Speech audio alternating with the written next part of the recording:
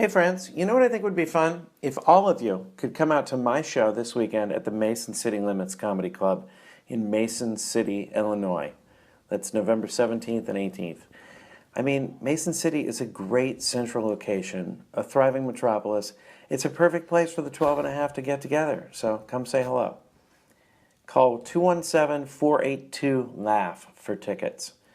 Also, if you haven't heard, I've mentioned it before, but whenever I can't do a cashing in episode, you can still enjoy my other podcast. Yes, I have another podcast on the Nerdist Network called Cash Withdrawal.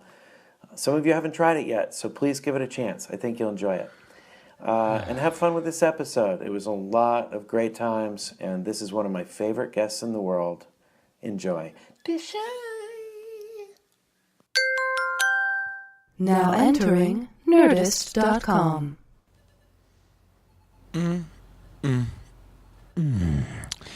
And welcome to the Late Night Real Estate Hour. And I got to tell you, it's TJ. I have been posting all week, and so my post been a little... Obviously, I was really upset 2.5 weeks ago when I offered to rent out 1/3 of my shower to anyone that was interested, without eyesight and quiet. And I got some pretty strange, a bit perverted responses. So now I am again posting on, thank you, I was going to start posting on Zillow, but as you know, I've been banned from Zillow because I kept spelling the name with one L instead of two. Still a fake word. But the lawyers sought me out. So now I am again doing a post on Wewo.com. And Wewo is obviously not Zillow, but it's Wewo. And Wewo allows me to rent out. Wewo, as you know, is fractions of property that you're renting out. So if you want an office space, but you don't want the whole office, you just want 1/10 of the office, maybe just to stand in the corner and look upwards and have time to think, Wewo is your place. So again, posting to say, I have a little bit outdoor space, a deck in New York City, and I would love to share that with somebody. Roommates, I think, are fun. You can argue over whose pasta is whose. And I just think it would be really nice to have someone that if I was to kill myself, they could help, arrange the suicide scene such that it didn't look like I was engaging in autoerotic asphyxiation while watching an industrial DVD warning against the dangers of autoerotic asphyxiation. So I thought I'm renting out 1/3 of the deck, okay? And the deck is actually only 1/6 of the size of what it would be to scale. So actually it would be 1/130% of the deck, which multiplied by 10, which would bring it back to scale, is, well, really 1/3 of the deck. So I'm hoping that somebody, and it is, coming right down. It's an open house today. You know why? Because it's not Sunday, but it could be a fun day. Hello? Yeah, come on in. Hey, what? Hey, I'm here to look at the patio. TJ? Hold on a second. What? What the? Who the? What the? How? Horton Here's the the who?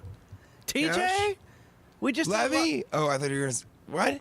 We just did the live pod together. Yes. And then, but I was looking at I'm like, what am I going to do late at night? Well, I came back here to sort of record this advertisement on Weibo.com. I didn't know. Look, I was like, okay, you're in New York City. You got some time to kill. Yeah. Time to kill. Right. Nothing to do. Right. Nothing to do in New York City at night. Right. The place shuts down.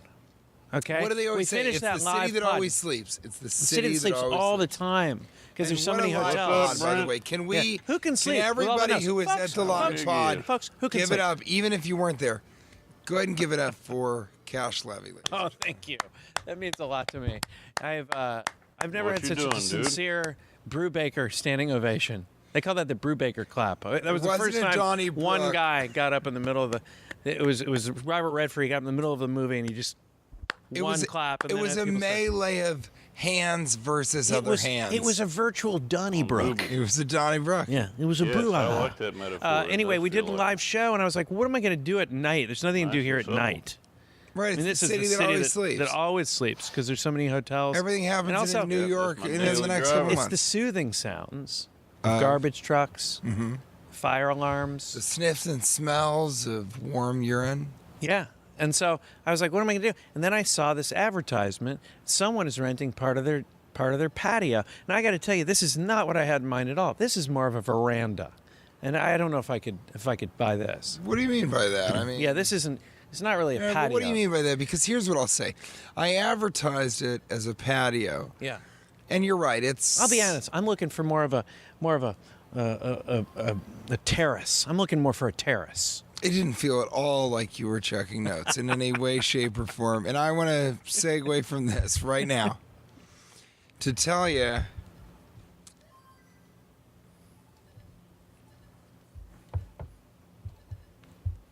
Yeah. Take your time. I should do a play-by-play. And TJ leans back and ready to take the pitch. There's the pitch. Slapped into left field for a base hit. That calls for a nice cold Budweiser. Pick up a Bud Light Iced Dry Draft at your local supermarket. There's the pitch. That ball's cracked into center field. Crack open a nice cold Budweiser when you get a chance. And he sure put a hurt on that ball. And he sure drove that ball. And if you're drinking and driving, might as well do it with a frosty mug of Bud between your legs. A lot of Bud between your legs when you get people arrested. are used to somebody that's offering to rent or purchase a place. Yeah. Hey, come on, nope. It's the buyer that says, I'm going to make you an offer you can't refuse. Right. Okay. In this case, Huh. it's me telling you that if you're Okay, let's try willing to, to consider solve this this. terraces, Okay. The TJ Miller Terraces? the TJ Miller Terraces, I'm going to make you an offer to rent them that you can't refuse. Okay. And what offer would that be? How's that? Does it help? I'll pay you $35 a month Yeah. plus It's unlimited okay, but not dollar great. So, slice let me put a little pizza. gain on we my got to talk about stream that.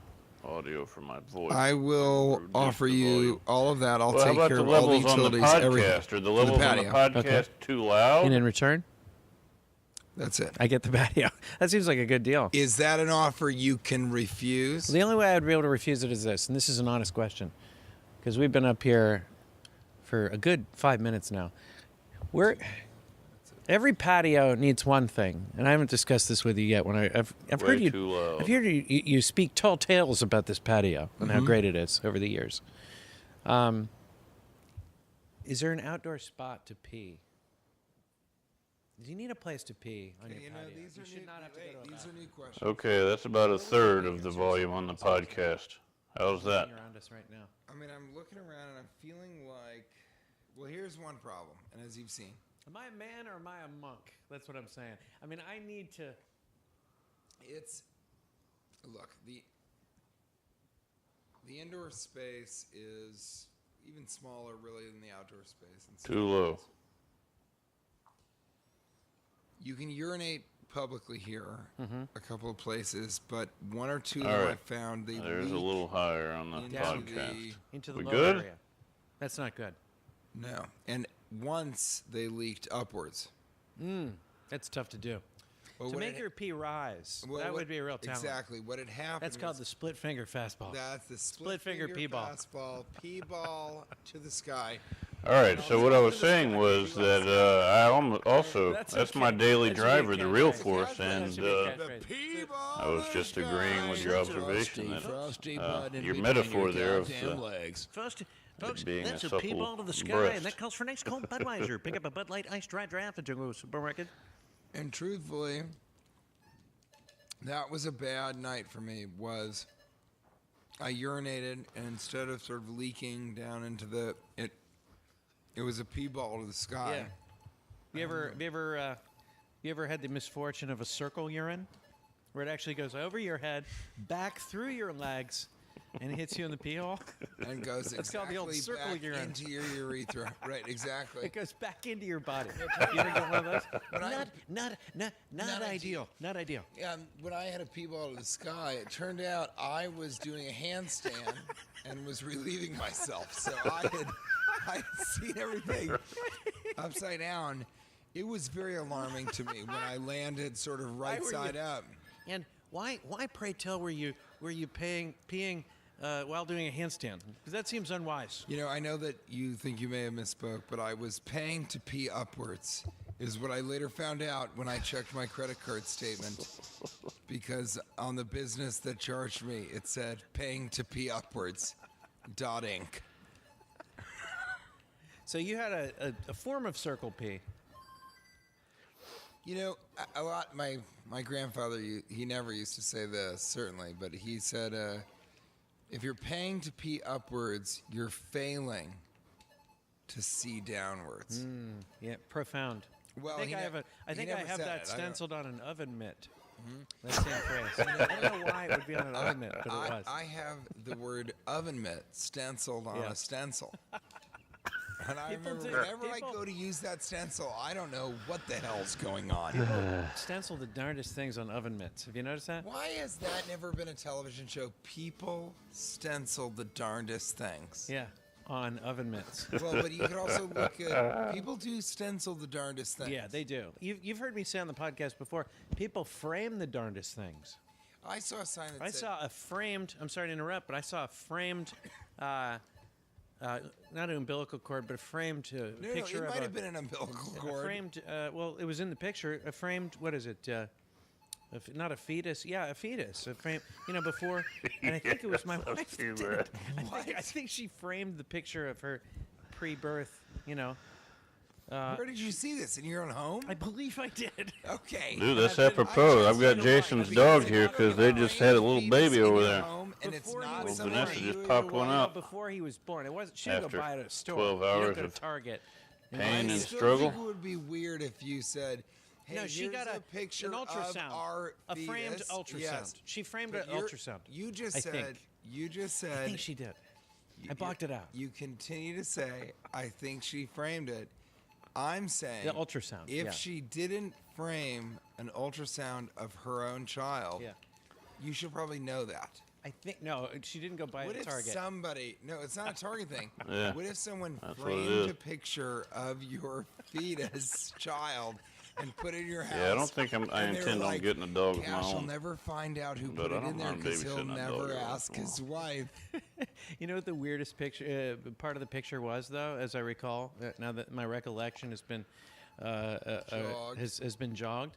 My son was wearing an oven mitt in the picture. By the way, you always jog your memory. You never run your memory.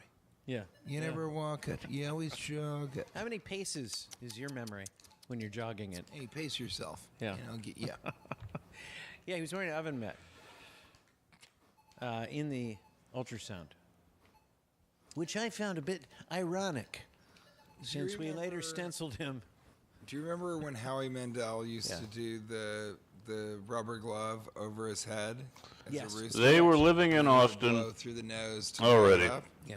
And Yeah, Austin was on my list of comedy places bits. I You wanted met to Howie move, Mandel? and I met him once, and his assistant. I was it was reaching out to shake his hand. the only one on Of the course, list I that didn't my realize he new was, job he was doesn't like to shake people's hands. okay Because with. it's the thing he's most famous for now. Yeah. So I kind of knew Which is Jason fine, was I going don't to be have a here, problem. and In fact, I think that's I don't think probably Austin smart. would have been on the Everybody's- list I don't know why everyone's all had it been shaking- for that. shaking But hands. then, now that I'm But, here, it's kind of like I'm glad His assistant goes, because Howie prefers it's a good the city. fist. As if I wouldn't have noticed. What kind of dog His are hand you was think? shaped like a Seriously fist. thinking about it, or you I just think I kind of can like adjust that you wouldn't quickly. mind having one? I was a little insulted. I'm like, I'm quick enough. Howie prefers. I'm quick the enough. fist. Yeah. Yeah. And plus, didn't sound right. If you really think You about got to it. remember to keep. No, yeah, you don't want to The say stack Howie low. would like a But that's fist. not, I don't think you. Would your you give job- Howie a If I fist? can keep the Yeah, stack low, yeah. I can You're go for a trying to long shake. time. Go ahead and fist him. Fist him quick. Fisted. Speaking of quick, I just was showing my kids That was a mistake. video of the cobra Yeah. versus the mongoose. You ever watch them fight? Yeah. It blows my always mind that a bet on the mongoose would bother. wrong- Mongoose I always almost bet on wins. Wesley Snipes No, in the- Passenger 57. No, the mongoose almost always wins. Even the squirrel almost always beats the cobra. What shocks me is how quick they are to beat a snake, but also how why are they bothering? I mean, do cobras taste that good? They must be tasty to bother risking that. I'm interested. What is the life lesson that you're saying to your kids when you're showing them? Because I think there are parents that are thinking, "Whoa, you're showing your kids animals fighting to the death." Yeah. What? But Wish that had, be honest. I wish that had occurred to me. No. I think what I'm saying is extrapolate. As you say it because now, I I'm really positive, do. No. I am positive that you. I'm trying to.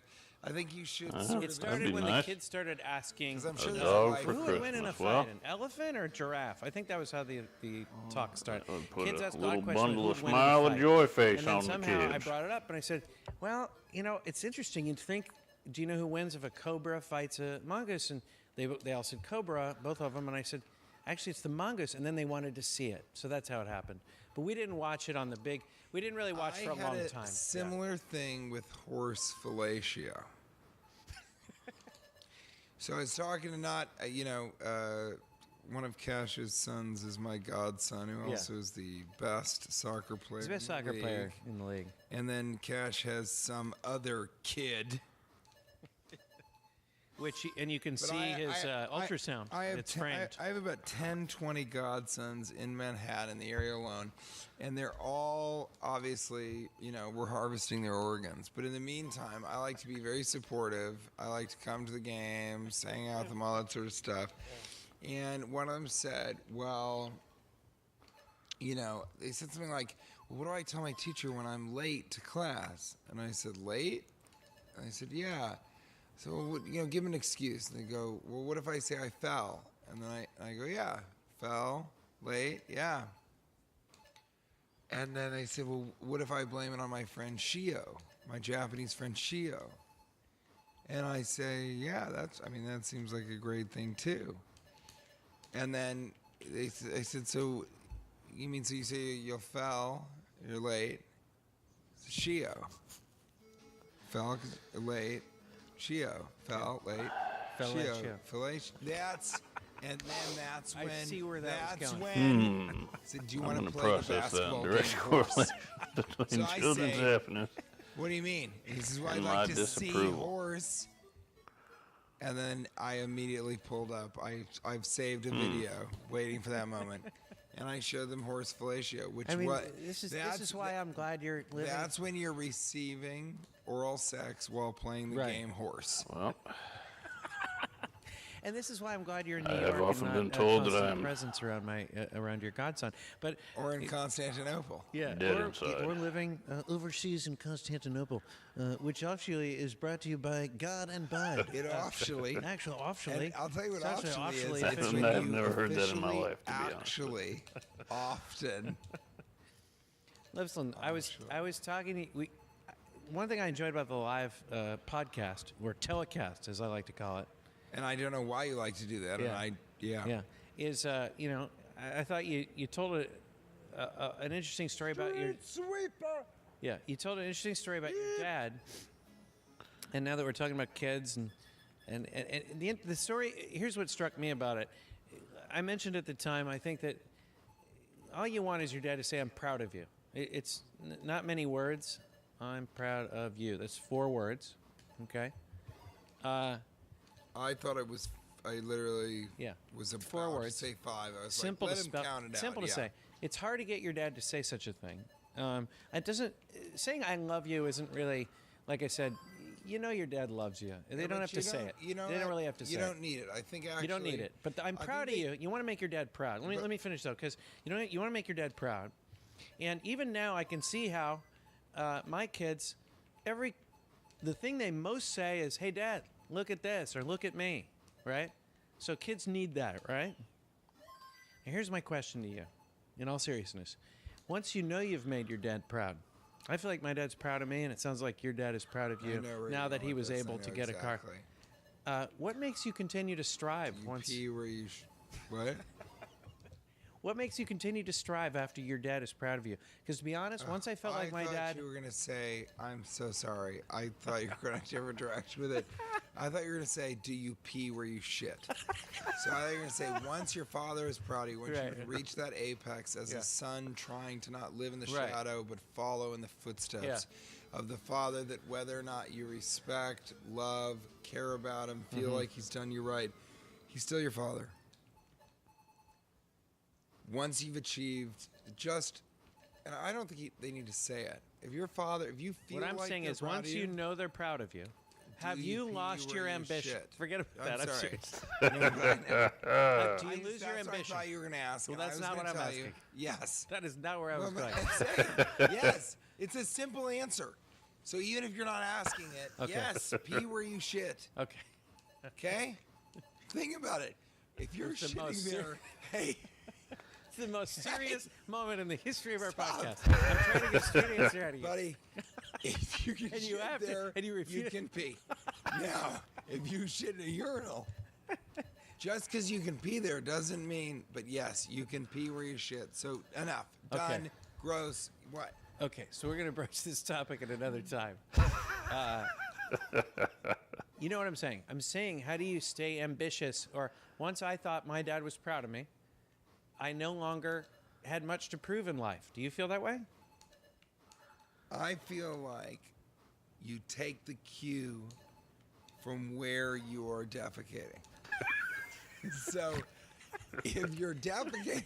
I am just infuriated right now. Infuriated. We have a very serious conversation going on. What am I, sitting here doing a falsetto voice over and over, singing different fake titles that I've already sung for Tweedleize? No, absolutely I tried to take us to a very important place. You lead with, if you can defecate there, you can urinate there. But if you can urinate there, that doesn't mean you can defecate there. I'm not above talking about this. You just I'm the guy. Excuse me. I'm the guy that came up with the circle P. I'm that guy. Minutes ago, you said, "Is there a place to publicly urinate here?" I know. I'm the guy that came up with the circle P. You didn't lead with? What? Peeing where you shit? There's a place where you can shit up here. You know why? Because that's crass. And it would be weird if you're like, is there anywhere we can shit outdoors and clean it up easily?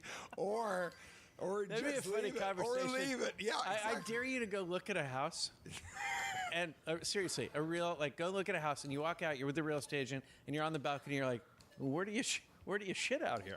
I dare you to do that. Where do you pee and shit out here? I dare you to think about this. You're going like this. Real estate what if agent. You said, you go, hey, look, is there a place you can pee out here? But you wouldn't say, hey, is there a place you can shit out here? And then I'd say, I don't know. And then you go, well, is there a place that I can pee? It's like, maybe, but that doesn't mean so again. Yeah. Just to really have taken it off topic. To encapsulate. For something that wasn't funny enough to spend this much time on it. No. Okay. You can't shit where you pee necessarily. Okay. So we got that. Now, folks, speaking of peeing and shitting. If your father, I think that's when you take your life. That moment when your father is kind of like, I'm proud of you, or you feel, they don't have to say it. If you feel like your parents are proud of you, it's only downhill from there. I feel like it's only uphill because I feel like you only then, after that, it's all gravy. That's all you wanted, just to make them proud. To be earnest, that was such a gratifying, rewarding experience in my life, but I think if you're living to make your parents proud, or not living to, but I think it's a great moment when you realize your parents are proud of you. It's a great moment, but you don't need it. If anyone listening has a parent that isn't proud of them, because some people will never give that. Some parents will never give it. That doesn't have anything to do with you. That's their own life. That's the result of their own experiences. This is that moment where you're supposed to sort of be, then if you don't get that moment where your parent says, I'm proud of you, or feels it and you feel it, then I hope you have that moment where you go, you know what? I don't really need anything. I don't need it, and guess what? They don't even know where to shit and pee at the same time. Yeah. And even as I agree with you. Even as you said that, I agree with you. Everyone listening felt you not really want to do a callback to the peeing where you shit joke. No, I actually did. I was waiting to do it. I was waiting to do it. Well, I've got one for later. I had about a minute. It's really gonna knock your. It's gonna knock the shit out of your dick. Occasionally, I will say this, and I do this with Kay too. Occasionally, I say things merely because I know that Cash, you hadn't heard anything like that, and you had a pretty great reaction. I think I like the applause at the live I'm enjoying podcast. It's been really fun to just see you. I'm enjoying hanging out with you again. I've missed you. I didn't realize the extent of it till we've hung out today. We've been through a lot today. For one thing, just to catch everybody up, TJ, the entire day has been sort of teasing me with some kind of a story about the 99-cent pizza outlet. It's they sell shoes and socks too, but it's a 99-cent. It's like an outlet mall where TJ, it's all the damaged or pre-manufactured he has something to reveal. Pizzas. He has something to reveal to me, but he won't give me the answers. He keeps saying you've got to bring it up on the podcast. Well, I wish we had brought it up on the live show. Oh no! Yeah. I wish that we could have 99-cent fresh pizza, which is $1 slice of cheese. Okay. Because there's one on the corner. We talked about this. There's one right around the corner. I've eaten 2 of them today. And I've had 3. And I also had a $3 slice between shows. And what did you think of the difference? I liked all 3. I'm not going to sit here. I don't know if I can even make it over there. Yep. You know, they weren't great, all 3 of them. So, what do you have to tell me about the 99 cents? So, here's what it is. I mean, all I can say is, taste it. It was tasty. It's custom fit. Custom fit. Psst, taste it. To shy. To shy. It's the type of pizza that you put a handle on it, and it's a terrible ladle. But it is a ladle, nonetheless. Still, nonetheless. It's a grease ladle. Especially if you press down in the middle of the pizza. Mm-hmm. Throw a handle on that crust, baby. That's a pizza. That's a pizza ladle. Yeah, it's a stiff ladle. So, I kept seeing these places, right? 99-cent fresh pizza. The Circle P. The Circle P. That was mine. It was the old Circle P. And it was this... Right back into the pee hole. Anyway, go on. I kept looking at these places going, how could this pizza be good? How could it possibly... It's $1 in the city that's known for pizza. The city that never sleeps. Yeah. And this pizza is available for 99 cents. How can you sleep if you know there's a 99-cent pizza? But think about, too, how expensive New York is, and I'm thinking, how do they do it? Well, what is the rent at these places that they're selling $1? How many slices of pizza each $1 do they have to be selling? Yeah. So it didn't make sense, right? And I'd walk past and I'd think, well, why wouldn't you go get Prince Street pizza, the best pizza in the world, for $5 a slice? Yeah, it's a lot of money, but it's the best pizza. You can't eat pizza every single day. So I think, that's probably disgusting, bad ingredients. The next day you're regretting it. All you go in there, which happened in D.C. quite a bit. Thank you. I won't even say the pizza place, but Kate and I had many mornings where we wanted to vomit everywhere because of a late night pizza place that used bad ingredients. So that's what I'm thinking. So then we go to this great place called Luke's Lobster in Midtown. And we drink a little bit there, we eat, and I say, we're new to New York, and the lovely manager, I won't say her name, but she just said, you got it, Two Brothers Pizza's right down here, $1 slice, you should have one. That's a big New Yorker thing, have a $1 slice. And I thought, okay, I mean, in my mind I'm going, but it's probably disgusting, right? Why would it? But she said, you should go get so I thought, okay.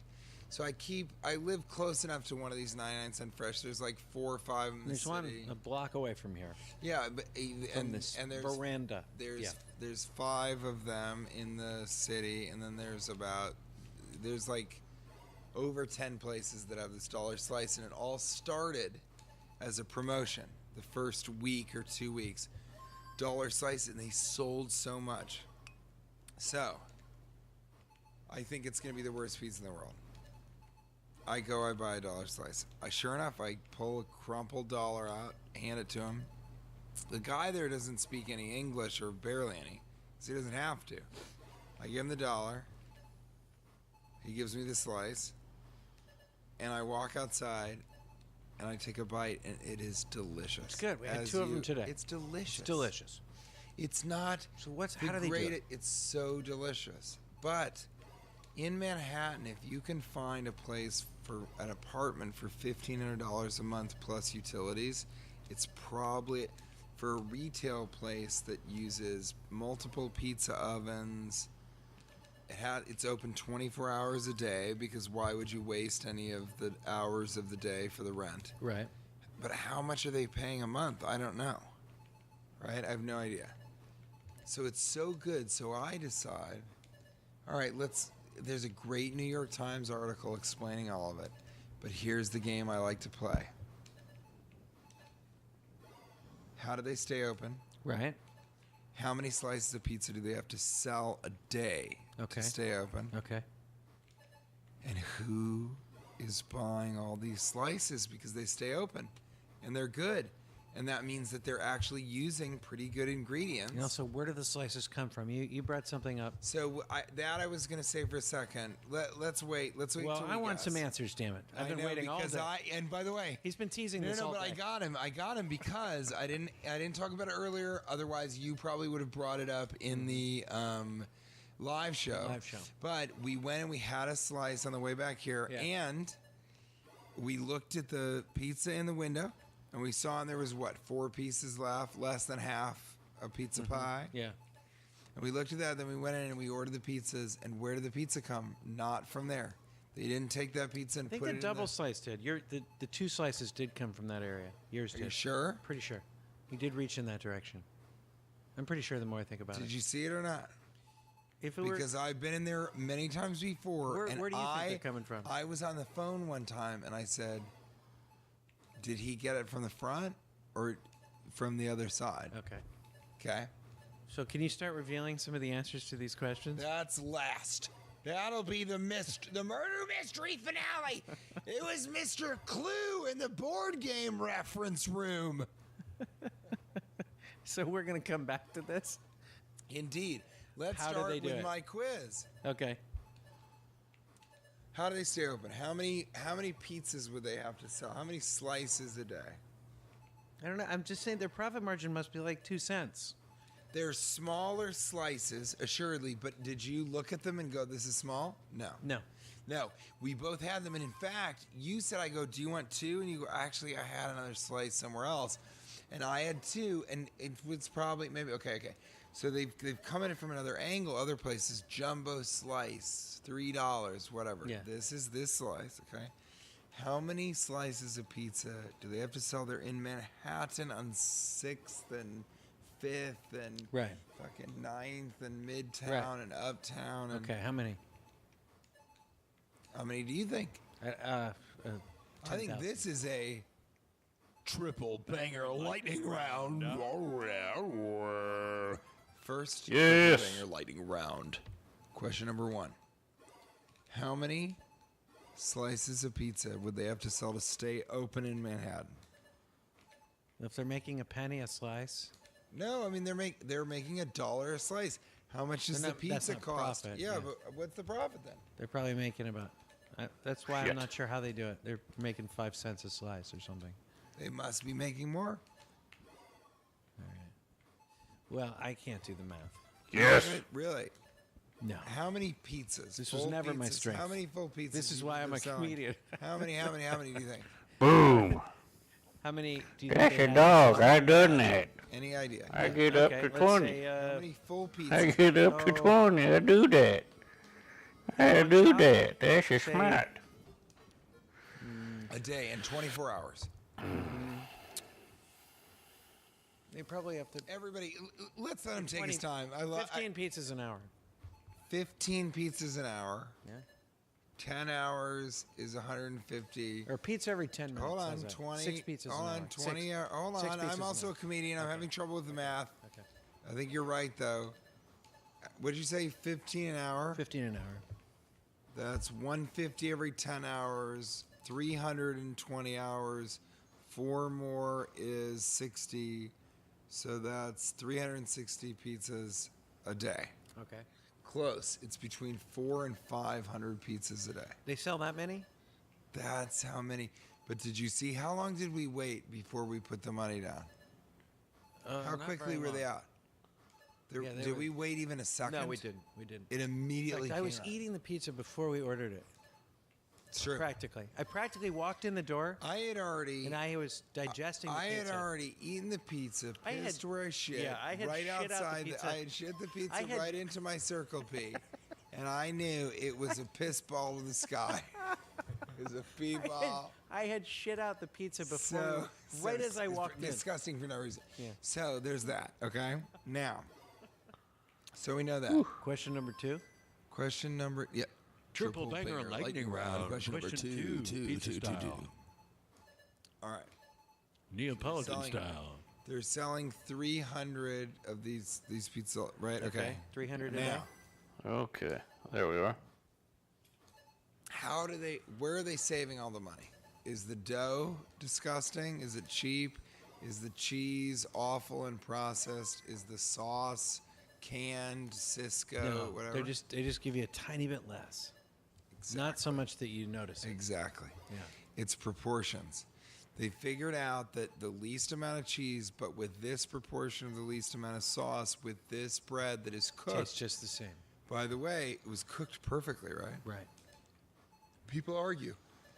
Two Brothers Pizza, it's 99-cent fresh is better. People argue over it. It's tasty. They talk about it's tasty. Switch the can't sit here stream and say to it's a not Oh, new tasty. Twitch Triple desktop bangers, app. lightning round. All right, Question tell me how it three, works. I haven't three, seen that. three. The Who? Twitch desktop app. Is eating this pizza. Max Papkin, Clown Prince of Baseball. No? Do you mean a native Never- Windows Mackie application? Sasser? Mackie Sasser. Mackie Sasser. He's eating all the pizza? Okay. Does that mean he's alive? I want you to think about this because I also, Yeah. for all the folks listening at home, I did not guess this. I didn't get it. Okay. Yeah, I dropped my keys. That's okay. That happens. Now, I couldn't guess this. Okay, So what is now it? I want you to guess it. And I'm going to Okay. give you some information. Okay.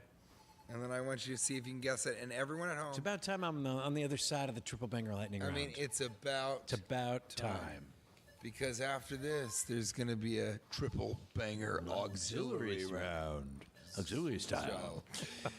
So, Okay. who is eating this pizza? They're selling 400 to 500 pizza pies every single day. Yeah. 8 to 10 slices in each pizza. That's a lot. That's 10. Who's eating it? I don't. That's over 1,000 Yeah. slices. Who's a day. eating it? Now Mainly. here's it. Let me give you the information. For instance, there's one near Columbus Circle, right? And that is a business place where it's office buildings and it's 9 to 5 and it's newspaper, finance, all these people, right? There's a Two Brothers Pizza near Luke's Lobster that's sort of mid downtown, right? There's another one that's right near NYU, okay? Now, and the auxiliary round is going to explain all this. Okay. Who's eating it? I just everyone in New York and all the tourists. What Tourists? specific demographic? It's not tourists. What specific demographic is keeping this business not only alive but thriving? People with There's tails? Only one demo. Really? Yes. Can you guess it? I'll tell you my ideas, but I think you should guess first and let the people at home think. Think about it. Because I didn't guess it.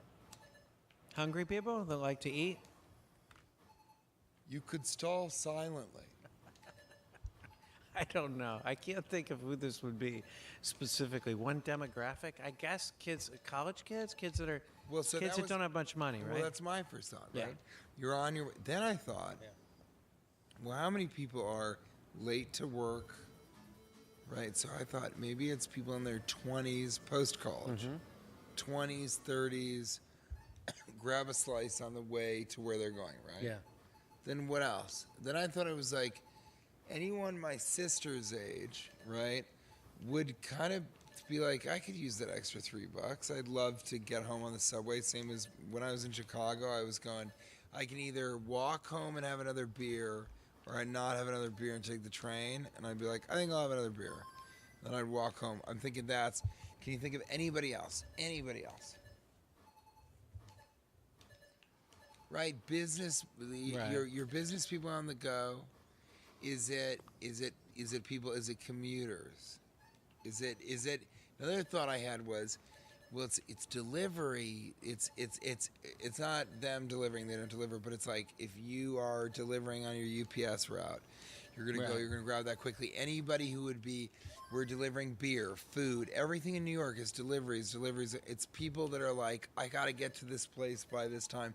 I need to put the dollar down and get the pizza immediately. Who do you think it is? Just people that are walking by? I don't know. Right, it's heavy walking traffic, yeah. I couldn't guess it. I can't guess it. Yeah, what is it? So, and the auxiliary round. Yeah. Well, so they talked to the guy who's in charge of 99-cent fresh. Yeah. And there's 5 of these or something. And he said that it started as a promotion. And he said, we make a little bit of money, not much. Yeah. From your college kids, from your people that are... But it's the bags of marijuana Right, no, like that cocaine at the fucking... that we sell on the No. side. No, okay. Yes, college kids. Yes, business people. I mean, yes, people that are late for something. It's homeless people. Interesting. Really? So, now I ask you, How many homeless people are there?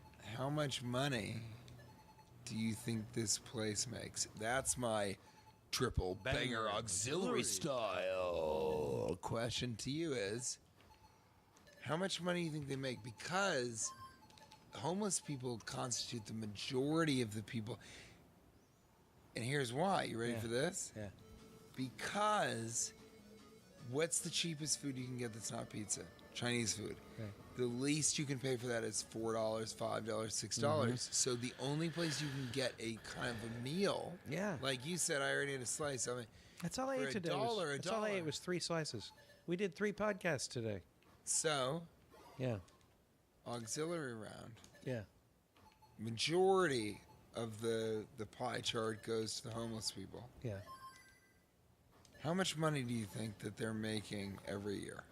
Annually, how much does one of these places make? The pizza place? Low rent. Yeah. No, and here's the other trick.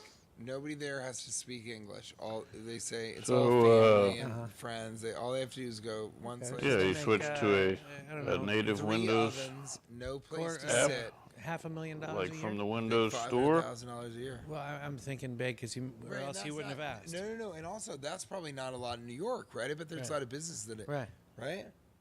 How much is it? Yeah, you have to use Can't the even imagine. I'll give you a the second mobile guess. app to cast $1 Chrome million cast a it. year? It's homeless people. That sucks though. You're right It's because dollar Windows slice should be able to pizza. cast You're stuff. right, their But profit you can margin cast is it from maybe the web 30 browser. cents. Okay, they're making Then again, it's not the desktop app. $100,000 a year. Chrome will let you do it anyway. They don't really make any money. Ah, interesting. Did you get it from the Windows, Wow. So the what we found Microsoft out Windows is Store, Universal they Windows can pretty Platform much app? pay the employees, who again are family and friends. It's not just like, throwing money into the wind, but it's they pay for the expenses, and I think they make, maybe take home somebody would make in the family maybe $30,000-$40,000 a year, $60,000 a year, for the people that own the place. Yeah, okay. And the guy goes, he goes, nobody thinks about that you can't get a meal for $1. And he's like, so I think about those people. So It actually, does it's make pretty a difference to me. altruistic. And what I'd like to say is, in some ways, it's what you and I have been talking about, which is, no matter how big of a difference you can make, making any kind of difference and that's why I love your, Yeah, we're talking about making the podcast more of an altruistic endeavor. at least having an opportunity for anybody that wants to sort of and us included, kind of contribute a little bit to something. So we've been talking about it. We've been talking about it on this trip. Maybe you want to talk about it on the next show? Oh, yeah, absolutely. Yeah, but it's something I think we're feeling pretty strongly about. I would like this show to make a difference. Let me put it this way. Yeah. Everybody that's listening, everybody within the 12 and a half, everybody that's listening, when I saw Cash as excited as he was about this idea, it was pretty exciting because I don't think you really get excited about stuff. Twitch's I was website. really excited All to see you on this trip. I have an idea, and we'll talk about it on the next show or the show after, but it's one of those things where I want to look back on this experience with you doing this podcast and with our fans and people that enjoy the show, and feel like we all got together and kind of did something bigger than the show itself. And I have an idea. Good on your, I'd like people to walk away from this. Surface the tablet? show was bigger than anything that was done in or around it. Yeah, so we have conflicting views on that, and we'll discuss it in our point-by-point Before we do parody Yeah. of Crossfire. Crossfire! That's what I want to do. Everybody who, and there aren't a lot, but anybody who is siding with me a little more on the falsetto issue, I'd like you to look up the 80s commercial on YouTube for Crossfire, the game, the children's board game. Crossfire! And I'd like to start making that my Tweetalize. Go ahead, sorry. Do you want to finish up with the Maskers? Yes! A couple Maskers questions? Dude. I'm glad we did this. I was a little... Not me. I was a little like, it's, what is it, 3 in the morning? And I was a little like... You're actually holding up a sign that says, I am lying outright. I actually regret doing this. He's holding up a sign.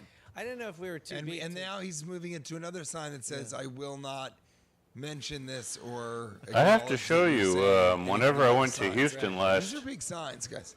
Julian, one of my workmates, had of course because I he have lives the more of a mobile hands. lifestyle. He doesn't like, Cash was concerned. Here's what he said. you know, I'm kind of in a we did the startup live now, show. and We did a show earlier. everybody's working pretty where they wrecked. want, and I mean, he we're- little bit has wasted. his We're little laptop. 100%, Kate And came to both of the shows. We're wrecked. A Okay, little we stand did- for we it, did everything, stand-up so show he too, can go to on coffee one. shops, which is And so I pretty was much like, every I time wonder we if have we our could- meetings. Well, it it's wasn't- like maybe him we and should knock another out some guy class The host tomorrow. of that stand-up calling show went from a long, coffee yeah. shop somewhere. It wasn't such a long And show. he's got a nice little But the But- gentleman who MC did go extremely long. But I was like, maybe we indeed. should knock out Little, more extra ones tomorrow. It's so mobile rare that we're able to mechanical get together. And I keyboard. said, was when like, nuclear war I love strikes, this. I love this. Yeah. and everyone's in a And I bunker forget the listening brand, to but it was very podcasts, small. I know that a lot of people listening, even right now, are His, I listening. would probably just change one thing about it because they damn it, offer at the end one of this that podcast, has the I number wish they keys had kind just of built skipped that. into I wish the. they try to make things more It perfect. just, You have to it- press a it's weird function unprofessional, key and then yes, it's in your I'll home they key had row. I one. don't think of I'd go for that. radiation There's no need to. poisoning within the next But 14 hours. they hadn't done that something extra that's mobile, pot. I can see That that. hot- You know, it tasty was part. weird. If they had just gone to bed right I work. now, I could mean, have an I do hour like of to use. silence If where I'm sitting all at the I do desk, I'm typing on is that real try force. and But shirk the I kind of like regretful working from the couch responsibilities too, man. That chair's I just have maybe it's. I indebted can never get it myself perfectly. within. And I think It's not the as- never as radiation comfortable now as the is couch is. affecting my ability And maybe that's of because I don't have language and a good Anytime office you try to chair. make things, I think it's always best. My a office good chair lesson. is pretty Anytime old you It's try to- always best to I not got seize a the hunch day. I'm never going to like They any say office carpe chair because diem, they all I say require you diem to tomorrow. sit up and DM tomorrow. I think anytime have good posture. I think it's a good lesson because I Maybe enjoyed I this shouldn't, podcast. you know. Anytime you try to make things That's too my problem. perfect, it ruins them, and that's why New Year's Eve can be so dreadful.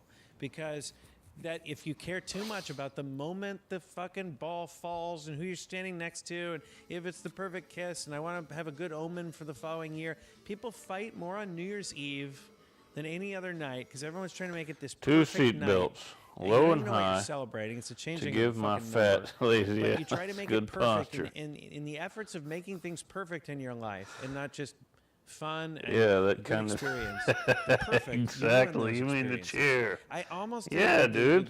with the Just get a little solar lumbar eclipse. pillow I almost ruined how awesome and it was. just get Yeah. that It was seat one of the most belt. awesome things You I've know ever why- you experienced in wanna my know life why? because I wanted to be And, standing in I the know this is perfect profound. place. Yeah. No. Go ahead. Tighten wanted it to up be to that standing in the ass. perfect place. I want to make sure that there were kids around that were. I was afraid. Yeah, the goal is you to know, have good posture and not something have to crazy use would any happen. So I muscles. took my 2 kids and my wife That's out into it. this field where there were these horses. But then I was worried. That's the thing about good the posture is angle it wouldn't be requires right. you to Open field? It was an flex open stuff. field, but I was worried the angle wouldn't be right. And that just where ain't gonna was cut it. I during the solar eclipse? And I was so worried about that. And I realized once it happened, it made no difference. It's It was called all sitting. This, You know what this the problem stress is? that You know what the preceded problem it. is? I'll Which tell you It made means no what. you're difference. not It was supposed to awesome use no any matter where muscles. you were. Profound, Yeah. absolutely, Yeah. incredibly profound experience, Yeah. right? But I think in a lot of ways, you know, it's an open field, right? I'm never And gonna I get think that. it's not Get ideal. over there, not yes. ideal, not ideal Not ideal. that you would have to urinate in a field. That's the one thing about Right, in an NES open field, but Tetris you is certainly getting those could at long least be bars to discreet the enough. side can be. But Well, wouldn't I would say shit, 90% of my games are lost because I can't get the long bar over there. Okay. and Back to this. end of story. Yeah.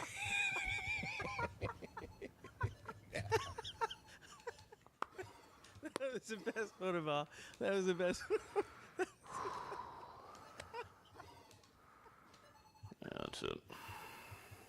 And That was the best. maybe That was the best one of all. what? I saw a nice little Reddit picture of somebody used in Unity to make a first-person shooter with a bunch wanna of ruin- suited men in sitting in office chairs with dude. shotguns. Yeah, put off the DM for a couple And like days. you have to like Should we finish with the mask? the propulsion of the whenever you shoot the shotgun, it Top that. And I had forces that you in the whole backwards. So just all these talking people are but why do you shooting and gotta they're top flying that? backwards the whole time. It's You pretty had an funny. excellent point. Something even Let me- It's let just me- earlier let this me week. You know Sorry, what? The Steph. Maybe shitting yesterday. when you pee callback Yeah. wasn't exactly how I'd like to sail into the end of this. But I did have something off of what were you just talking about? We're talking about with the solar Carpe Diem? eclipse. I know you went into the solar horse eclipse pasture. and the. Yeah, Yeah, I can't take us all the way back. that's all right. We went pizza. We'll have to rewind it. You know what? We'll take a look at the transcript. A lot of people read the transcript of the show. They That don't always listen. feels organic, and then Yeah, we'll start I to know. call back something Yeah. from a previous Yeah. into Okay. maskers. Okay. Here's the deal. Gregzilla writes, "Belt or belt loops? Who's holding who up?" The belt. I'm not a belt guy. I don't think it's right that people are wearing belts. Yeah, but he's not asking about I know, that. but I took it there because I don't care anymore. Well, let's hear it's, about it. it's important for me to just mention that if I haven't before. I don't understand bothering to put a belt. Just get some pants that fit. Why do you gotta have a belt? You gotta take it off through security, and why not just have a? It seems like it's better to commit suicide with than to actually keep your pants up. It doesn't seem useful to me. A belt. Do you like belts? No, but if I'm ever to hang myself, it will be with a belt loop. I'll have to lose a loop lot. itself? I'll have to lose a lot of head weight. Head weight in the angry cinch. There's nothing better than that. That's what you want to end with. I would rather. But I won't let us. No, but I will won't let tell you us. this. I'd like to end on that in the sense that it's really disappointing. There was something. Yeah, I'm you know sorry. what? No, it's about. What was it about? It We is. can go back. We it- can retrace our For steps. me, it's about exactly what we were just talking of, which is this absolute authenticity of we're offering you what's happening in this moment, and I'll say for me in this moment, the angry cinch joke just that cinches it. Bless my ass. You think so? I'd have to lose some head weight in the angry cinch to hang myself with the belt loop rather than a belt. So that's Listen, buddy. Let's go then. You know what? I'm not gonna buy this patio. To me, it's a veranda. It's a ledge. I don't know what it is, but can you show me? I might be interested in buying part of your hallway. Can we go through? Can we go downstairs even and look there, at that? you know, I The feel thoroughfare? like is this going to be another notch in your belt? This podcast. I mean, is that what's happening? That's here? all this was. I mean, Another notch in my belt. this is irreversible. This is Yeah. not a reversible. Yeah. There's another spoke in my wheel. Another belt in the reference.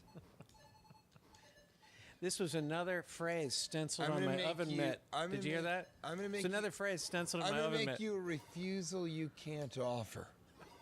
Now, no, I will not allow you to offer me what I'm telling you now, which is I will give this to you, and you can have the rest of our apartment.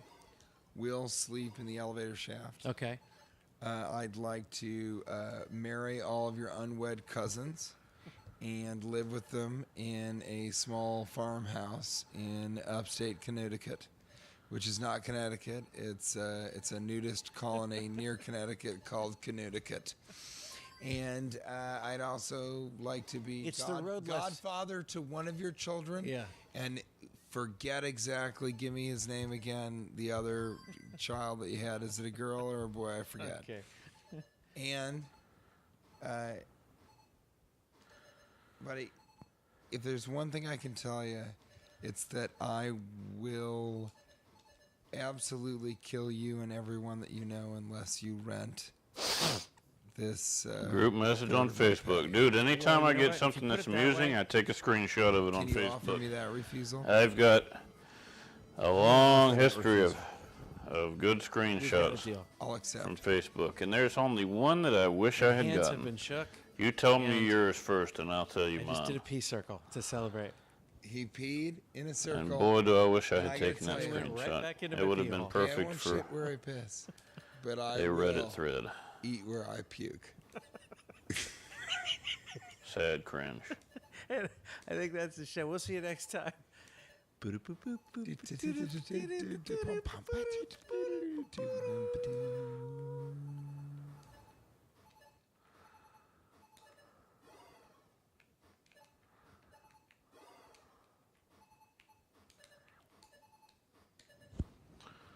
go ahead and get another.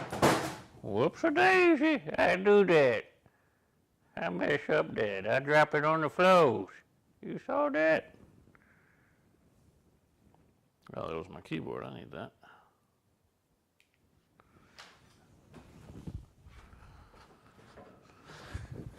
My Logitech Bluetooth mouse and keyboard combo.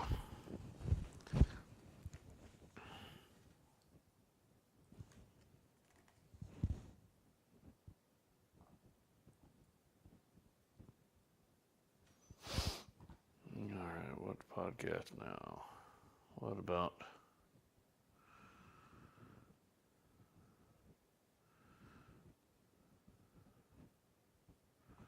Daily Tech News Show? Alrighty. Oh, yes, that one that we both took part in. Yeah? You know, I was going to say about that,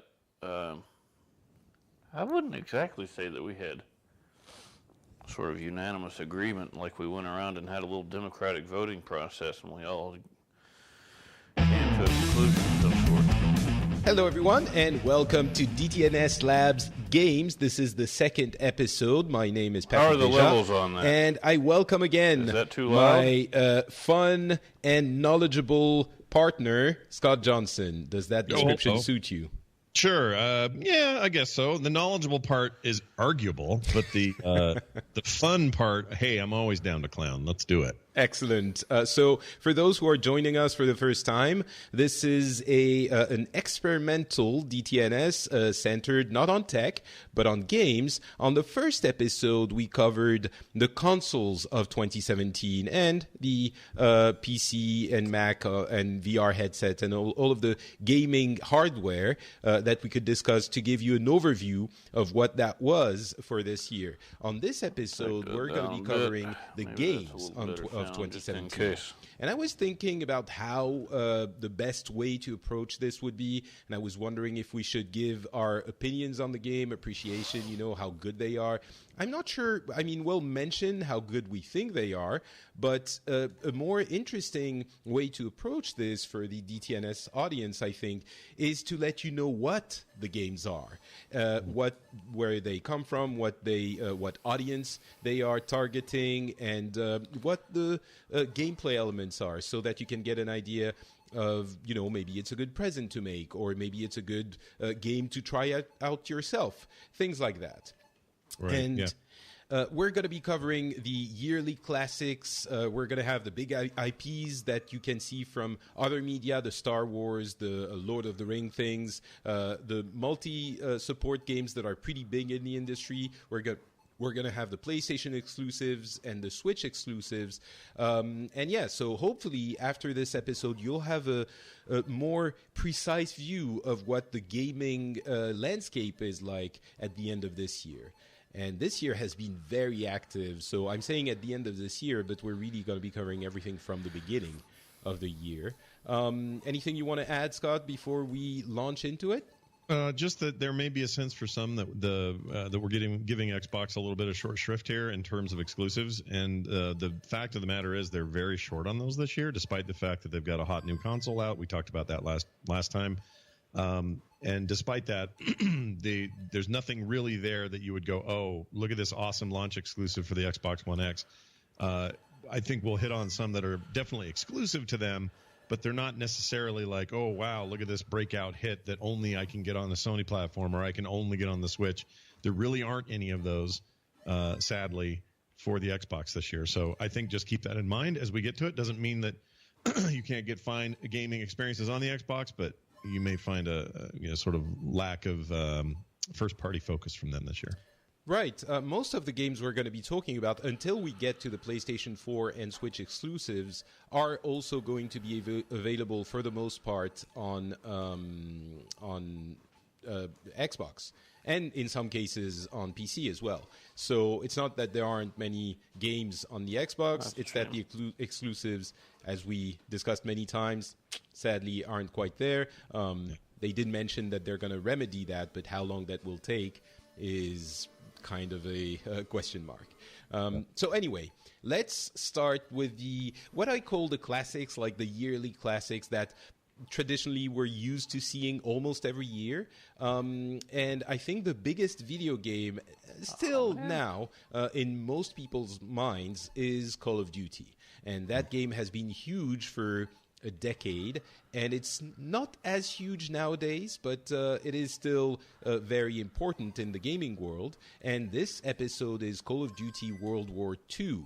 So let me describe very quickly what Call of Duty is. It's a first-person shooter, military-based, and it tries to be somewhat realistic. It's still easy to get into. It's not hard, very difficult to master in the sense that they would try to make it as real as possible. It's not a simulation. It's still very much arcadey, but it's still, the kind of game that you play when you want to this is kind of hard to present like that, but have fun playing soldiers, I guess. Sure, why not?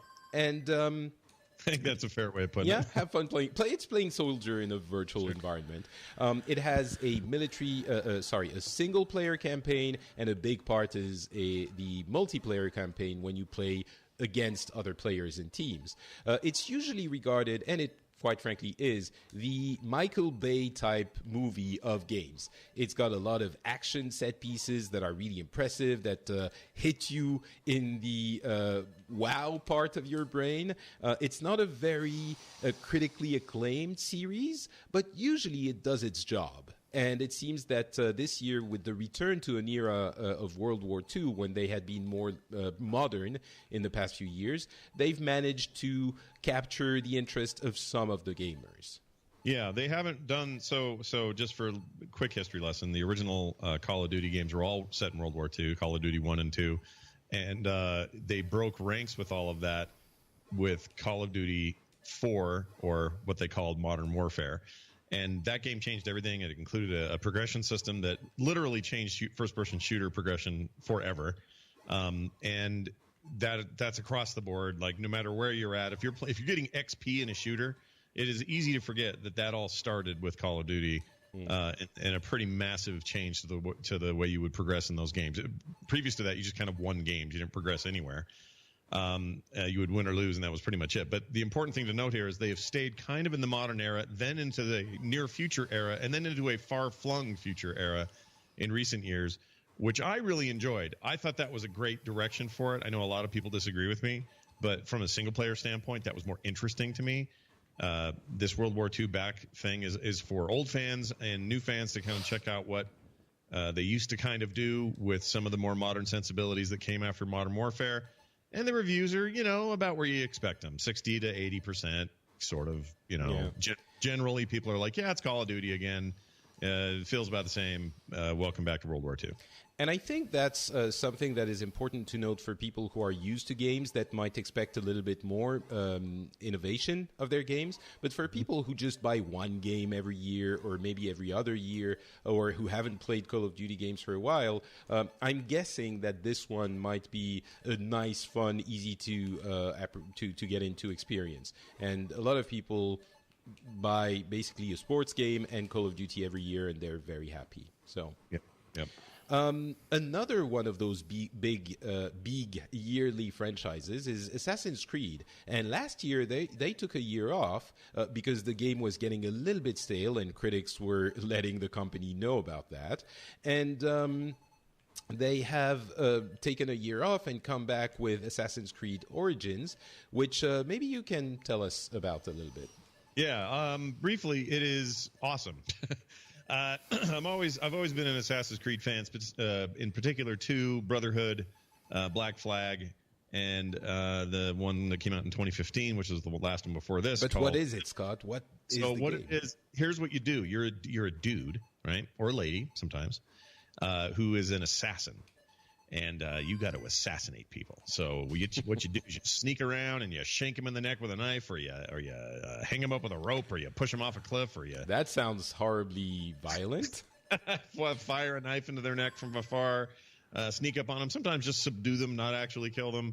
Hide them in the bushes, move on to the next guy. There's a lot of stealth gameplay there. You can also kind of go in guns blazing, or in the case of this game, swords blazing.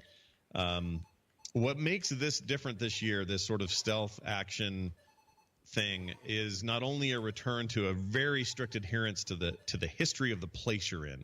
I mean, this is straight up ancient Egypt in every way. When you get to parts of Roman-controlled Alexandria and other places, it is very accurately portrayed, both geographically. Right, because just to interrupt you for just a second, what you didn't mention is the fact that is very much a very important element of those games is the historical settings. It visits a different era every game, and this time, we've been to the Italy in the Renaissance. We've been to the Middle East in First one.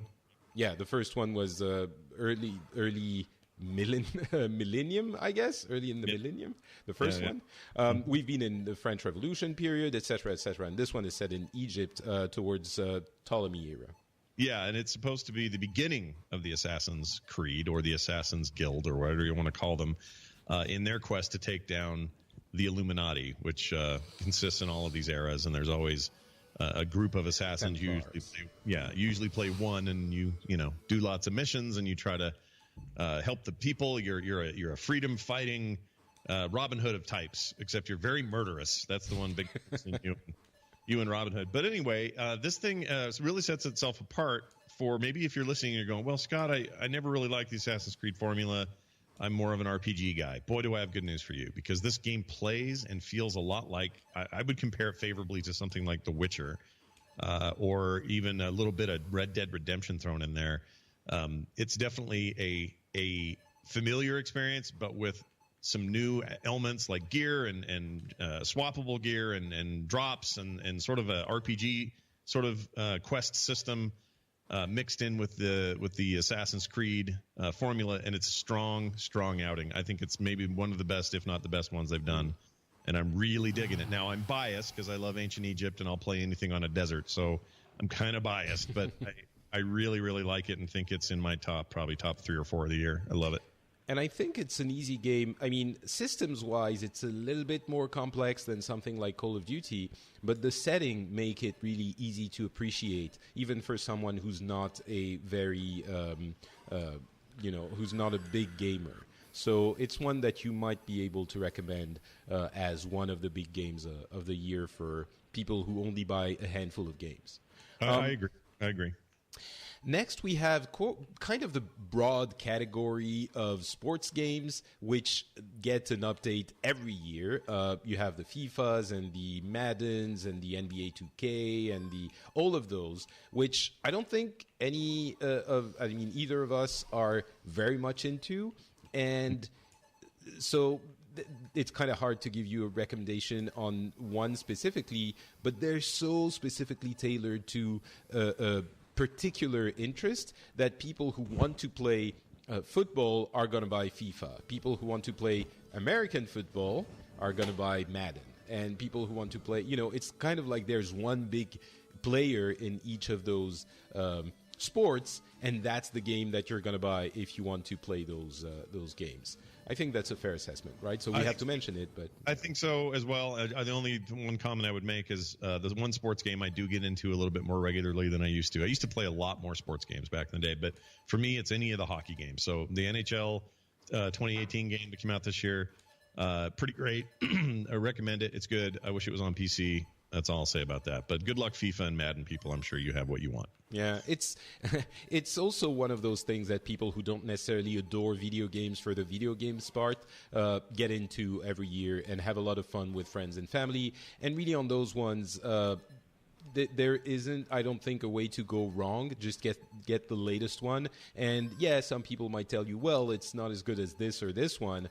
If you don't already know which one you want, by that I mean if there are two football games, which is very rare these days, but if there are two, if you don't already know which one you want, both are going to be competent.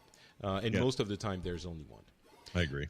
There's also the racing games. This year we had Forza Motorsport 7 on the Xbox and Gran Turismo Sport on PlayStation 4. So both of those are exclusive to that platform, to their respective platform.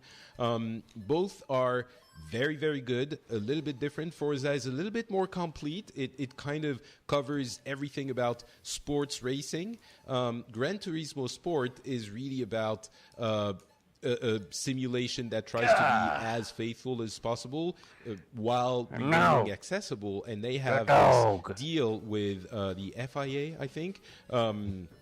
The basically one of the racing federations, and it goes to the extent that if you manage to attain a certain level of proficiency in Gran Turismo Sport, you get an actual license for driving cars in the real world. And then you have all of these for driving race cars in the real world. And then you have all of these online competitions that try to remain as close as possible to actual racing, but on the console. So you will have things like encouragement to not bump into other cars, as you sometimes do in sports games, because it doesn't matter. You're not going to crash your actual car and things like that. Forza Motorsports on the Xbox is a little bit more classic racing game where you don't have all of that focus on realism, even though they are very precisely tailored. So it's kind of a misnomer to say they don't focus on realism. They kind of do, but not to the extent that Gran Turismo does in their approach.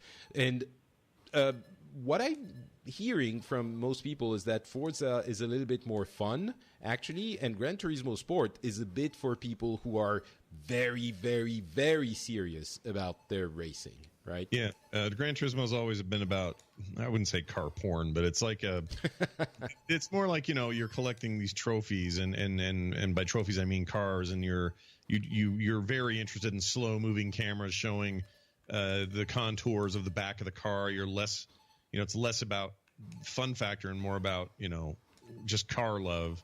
And this always sort of been true of Gran Turismo. And then, I think Forza has always aimed for a little bit more of an accessible experience, but still the mainline Forzas are still pretty hardcore in terms of realism and simulation and all of that. So they both kind of accomplish the same goal. Forza's been a lot more regular, like yearly, pretty much. Whereas Gran Turismo is sort of like, when's the next one coming out? We don't know. We heard a rumor. It's 5 in a few years. Yeah. In a way that makes that game even more attractive to those people who love the rarity of it all. But neither of them are for me. I should state that. What I really wish this year what we had was a better arcade sort of experience. You could call Mario Kart's re-release on the Switch, perhaps that for me. But there's no real middle ground, and the latest Need for Speed is getting panned pretty hard, which bums me out because that was kind of a great place to go for a more arcade experience with racing. So yeah, I'm bummed that there's the burnout paradises of the world seem to have stopped. And all we're left with is hardcore sims, and that's kind of a bummer. Well, we should mention, you said that Forza Motorsport 7 is in the mainline series. They also have the Forza Horizon, the latest of which is Forza Horizon 3 that came out last year. And it's also exclusive to the Xbox. And those are a little bit more centered on, well, fun. You evolve in a very large area, and you kind of pick up missions as you drive around, and you should do this and jump over that and race to that point. It's less like a race and more of a, well, there's lots of elements of racing, of course, but it's more arcadey fun. So that's also available. Yeah, that's it. Yeah, and just to make it clear, the Gran Turismo Sport is a little bit different from the traditional Gran Turismos, which are more akin to Forza Motorsport 7, where you have a ton of circuits, hundreds of cars, and not as much that focus on the online aspect of it, the online competition, and they really want to make like almost real-life-like tournaments with Gran Turismo Sport, and they have less cars, less circuits, etc., etc. Yeah, that's true. So let's move on to the big IPs from other media, things like Star Wars and DC Comics and Lord of the Rings.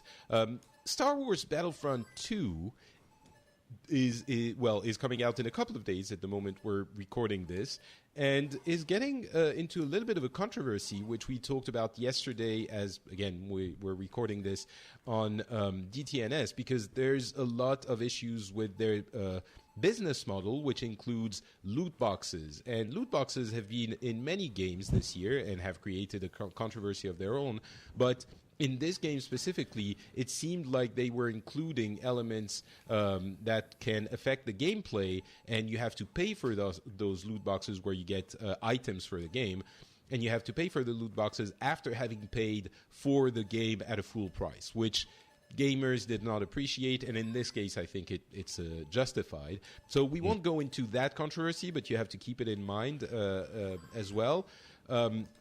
The game itself includes a single-player campaign, and it includes the core of the game is more of the multiplayer elements, where the fact that you can buy specific items that make you better, or you have to play a lot to get a character you would like Darth Vader or Luke Skywalker, is something that might be a little bit of an impediment to your enjoyment. But that being said, the game is gorgeous, very good looking. The single player campaign is fun for what it is. It will take you 6 or 7 hours to complete, and then you can go and dabble in the multiplayer, where you have it's a third person shooter, is it, or first person? No, it's first person. It's all first person, right? So when you get it, I think it's when you get into a hero, like again Darth Vader, that you get into third person. I thought. Oh, right. That is correct. So if you become one of the heroes, the camera pans out, and you're basically a super soldier style, overpowered kind of monster for a little bit. Right. To me, it's like an ultimate almost in a game like Overwatch or something, where you're just for a minute there, you're just unstoppable. So the game is really at its core a multiplayer experience, where you will battle. You will take part into different battles from the side of the Republic, rebellion, depending on the era, or the Empire, or the new evil people. The First Order. There you go. And so they mix in a lot of different movie characters and soldiers, and so there's a big factor of getting to live in that world and fight in that world with those characters that you remember fondly.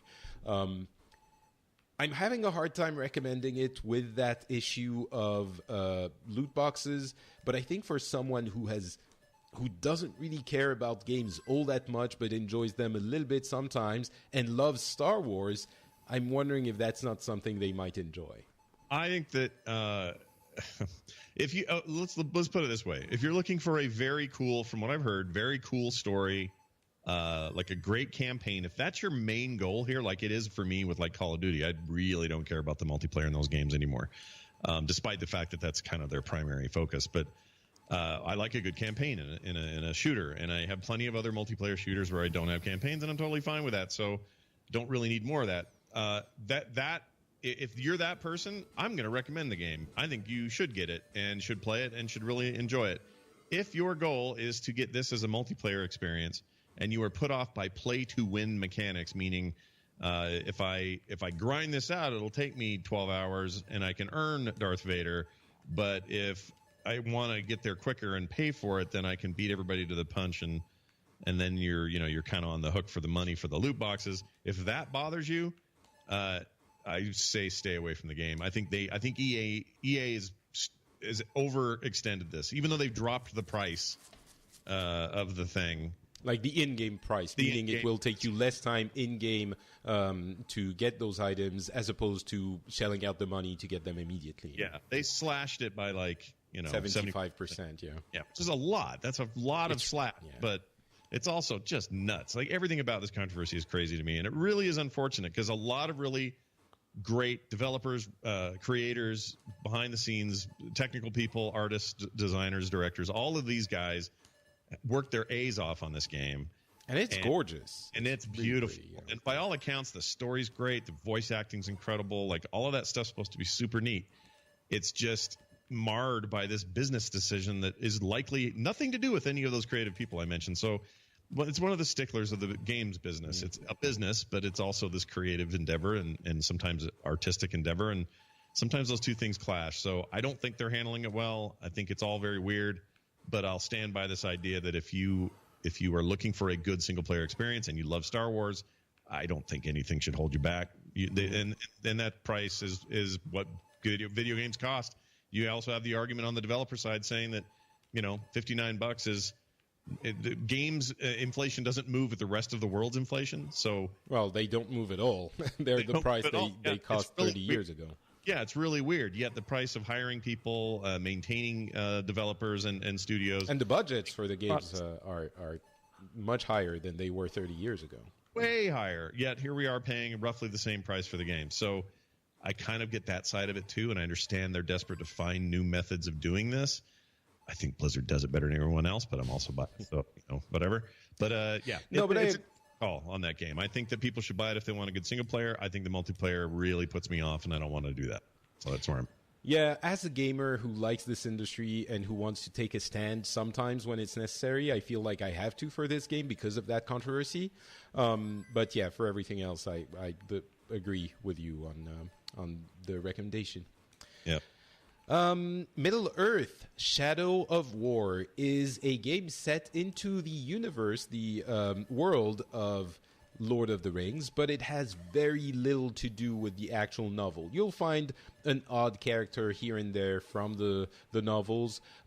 You'll find settings and people and monsters and things like that, but it could very much be an entirely different property. It wouldn't impact the game all that much. Still, it's the sequel from a very successful game called Shadow of Mordor, and you play the role of the people of not Gondor. They're I can't remember.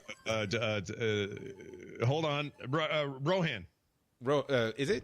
Yeah, writers. Isn't it Rohan? Isn't he a writer of Rohan? He probably is. Let's go with that. I'm sure someone will correct us. But so basically, he died, and his body is inhabited by the ghost of the maker of the rings, and it gives him supernatural powers in that world, which has lots of supernatural elements. And your goal is to conquer the lands of Mordor. And so there are two elements to the game, mainly. There's the immediate moment-to-moment gameplay where you have a third-person view of your character and you fight orcs and usually orcs through stealth and combat and ranged and melee combat, and that part is very satisfying to me. It's a little bit systems heavy, but I think it's easy enough to get into. And then you have another element to the game, which is each region of that world you have to conquer has a very specific military structure of orcs that you can affect. And you can, for example, if you need to launch a siege against a castle, you have different captains that you can identify that protect it.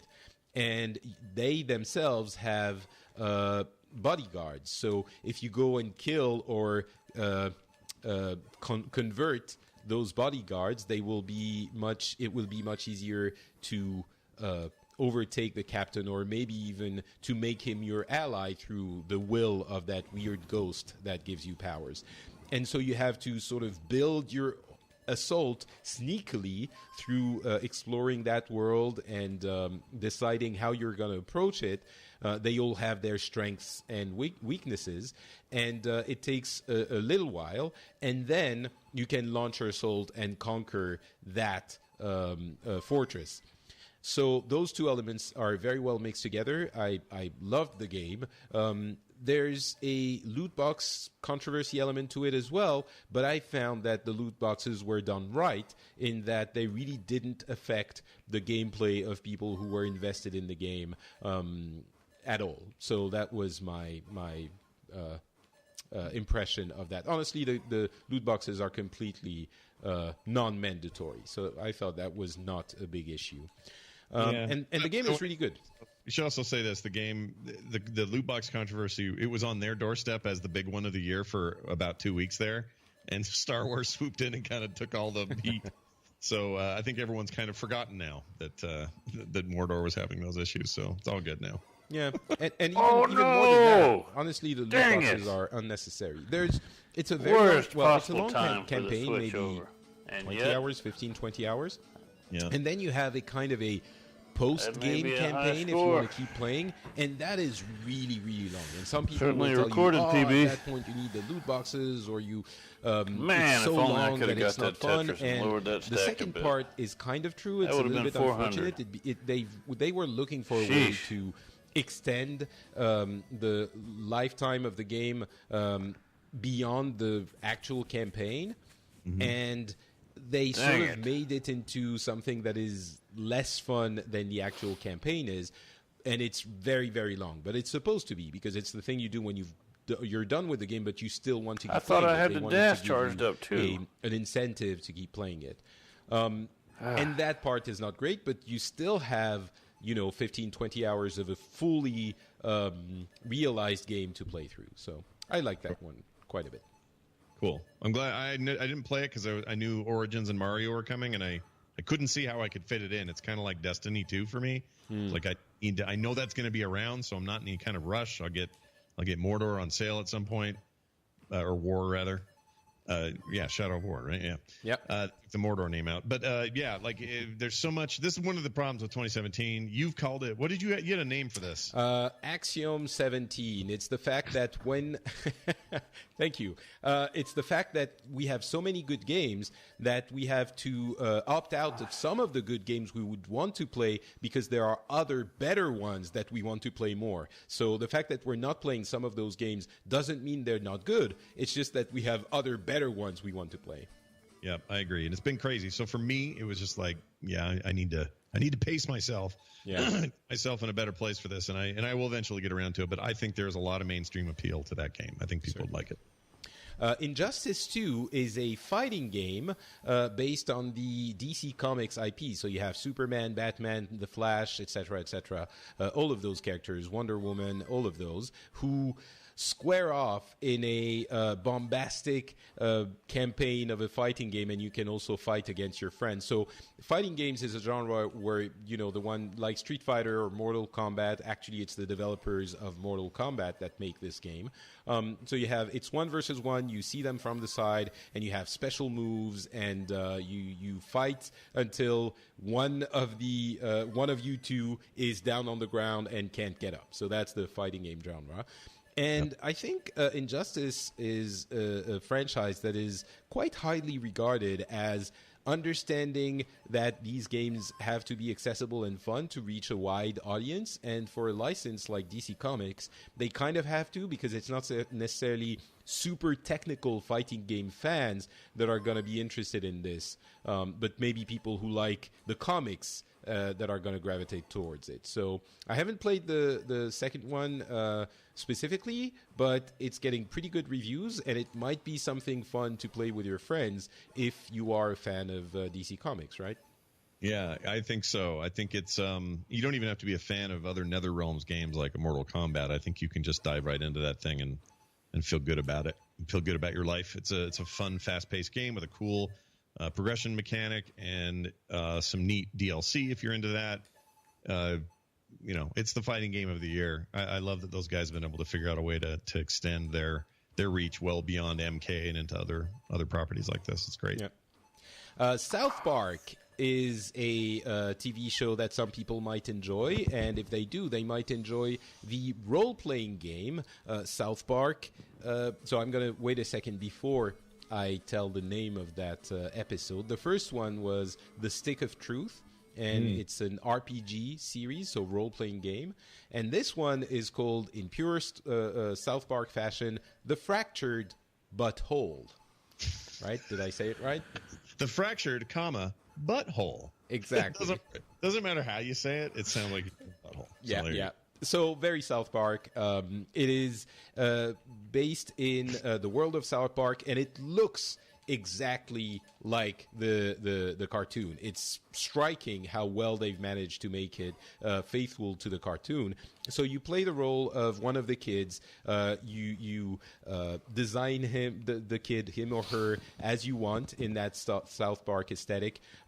There's a fun / interesting social commentary on it, where the difficulty of the game is set by the tone of your skin. So the darker your skin, the more difficult the game is going to be, which is a very South Park thing to do in social commentary area. Mm-hmm. And you'll be part of the adventure that the kids are living. The first one was kind of Dungeons and Dragons type environment, and this one is more superheroes. And the fractured element is a reference to what's happening in the Marvel universe with the Civil War movie, where two groups of superheroes are fighting for something, and in this case it's two groups of the South Park kids who are fighting for probably something trivial, but it's a pretty good role-playing game. It's turn-based combat. It has on this this version of the game has positioning, which is important as well. So if you like those kinds of games, you might be interested in this one. Yeah, it's a good one. I've heard it. I've heard it's good. I played the first one, loved it. This will be one I sneak in when I have some time. Yeah. All right, let's move on to other games that are not based on popular other media IPs. We have, of course, you mentioned it, Destiny 2, sequel to Destiny 1, one might infer. It's basically a big space opera type universe where you play a hero that is protecting the Earth and the colonized solar system that humans have, colonized, and that is being threatened by different alien races and invaders. And it is one of the only games of its type at the time. Now there are a few others, but it's heavily multiplayer, single-player experience. Does that make any sense? I think so. I mean, it's I don't know, that game's weird. The series is weird, but the second one is even weirder in the sense that I'm talking to way more friends who are playing it by themselves than people who are playing it with groups. Not that there aren't people playing it with groups or won't graduate to that, but they seem to have made a much more accessible, I want to go this on my own kind of experience, like World of Warcraft does, and other games that they may ultimately want you playing with other people, but they have given you a path that doesn't mean you have to. Yeah, it's exactly that. It's basically you can play it alone or you can play it with friends. It is much more fun with friends, but it's also very fun alone. I played it solo from beginning to end, and there isn't really an end. You can keep playing it for a long time, but it's still, mostly you can play it as a solo experience, and it's great fun. I really like it. There are issues when you reach the quote unquote end because, unlike other games of a similar type, you can't play it for hundreds of hours, but you can easily play it for 100 hours. So that's something. And it's a first-person shooter. Excellent first-person shooter feel. It's the developer behind the Halo series on the Xbox platform, so they know their stuff. So yeah, and you can get it anywhere. PC version's really nice, and the thing that I would say about it is it's a very evergreen property, meaning you can hop into Destiny now, or you can say, well, I don't have time right now, but in 6 months that game will still be going strong. There will still be new content. It's very much a game as a service. Sort of. It's not quite the same as that, but it's not going anywhere. Like it's going to be there for you. The world won't dump it. Destiny's going to be here in some form for a very long time. With the caveat that there are expansions, quote unquote, that are going to be coming out. First one in December, second one in early next year, and that might complicate things a little bit, but maybe not for someone who's just looking to play through the campaign and a little bit more afterwards. Yep. Mass Effect Andromeda is another spacefaring series of role-playing games in that case.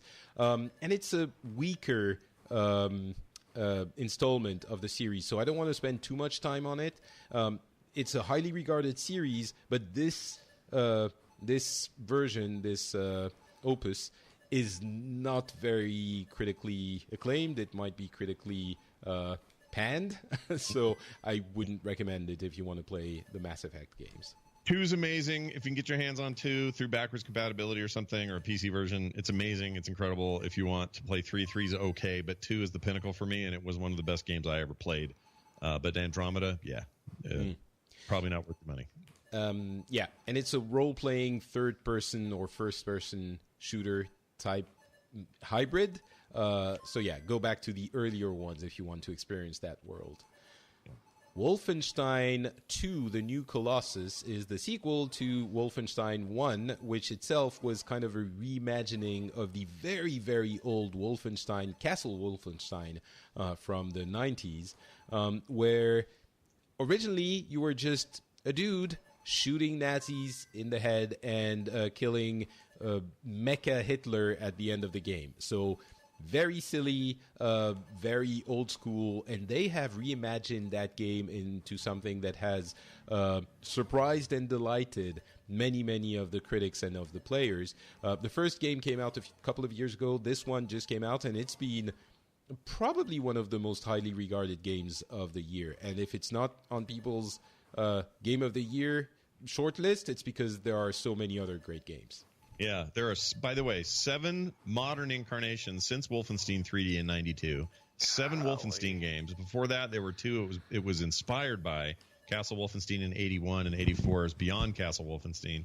So technically 9 total titles, including this new one, the new Colossus. Game has got legs, man, some roots, and is especially this year poignant in its marketing and its content.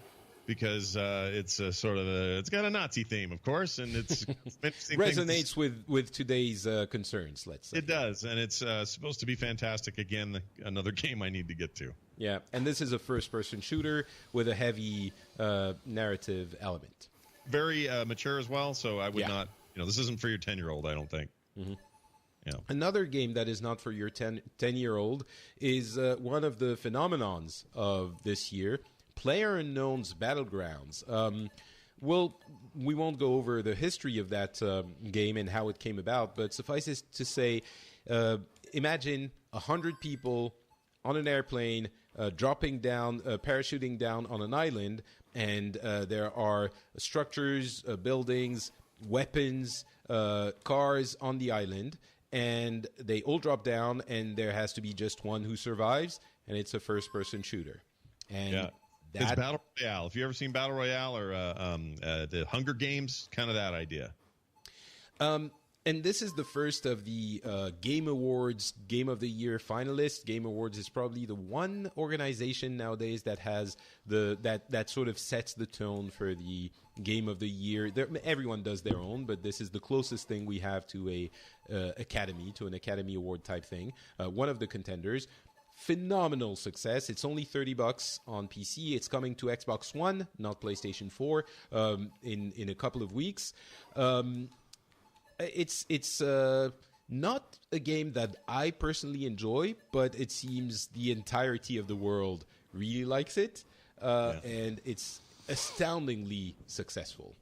Yeah, it's ridiculously successful. There are now going to be 1 billion clones of it. There already are a few, some quite successful. The Fortnite free Battle Royale mode, which is an Unreal Tournament-based Epic thing, is quite good and totally rips it off. And there are many more coming, and I would be surprised if in a couple of years every mainstream shooter game didn't have at least a mode that tried to replicate this. It is a literal phenomenon, and it's taken the world by storm. Yeah.